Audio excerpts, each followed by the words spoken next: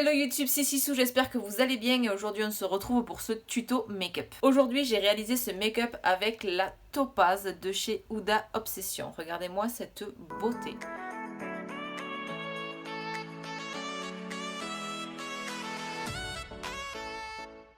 Donc elle est bien sûr en continuité de ma série Huda Beauty Obsession. J'ai déjà réalisé la violette, la verte, la bleue.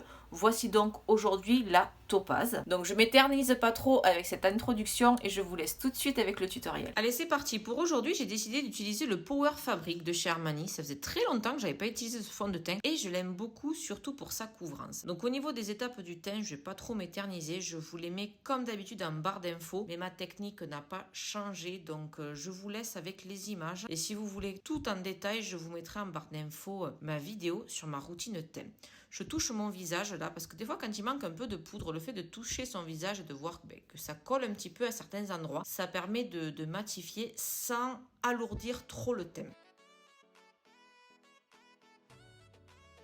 Cet highlighter, c'est de la bombe. C'est un MAC cosmétique. J'enchaîne avec ma base P. Louise que je mets sur toute ma paupière et je m'en sers également pour cleaner le dessous de mon sourcil. Je poudre mon arcade sourcilière et on commence avec la première couleur que je viens placer en creux pour faciliter mon estompe. La deuxième couleur va me permettre d'intensifier le creux et vous voyez que je reste bien au niveau du creux et je reprends mon premier pinceau pour bien fondre toutes les couleurs entre elles. Mon amour ? Je veux bien un petit café.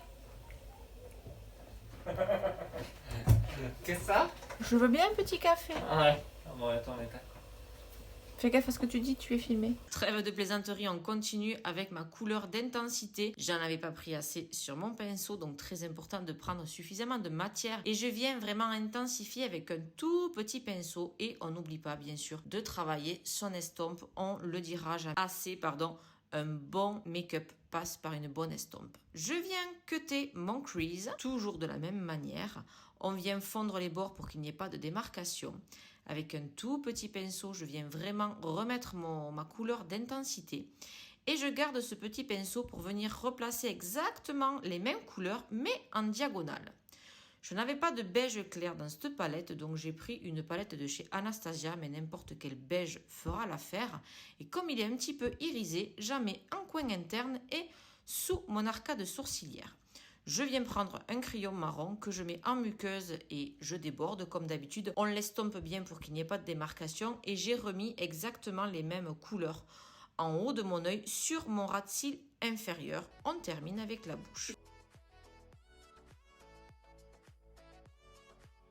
Ce tutoriel est maintenant terminé, donc j'espère qu'il vous a plu. Donc moi, comme d'habitude, j'ai pris ma palette. Donc voilà, l'harmonie est comme ceci. Je savais pas du tout quoi faire, comme d'habitude.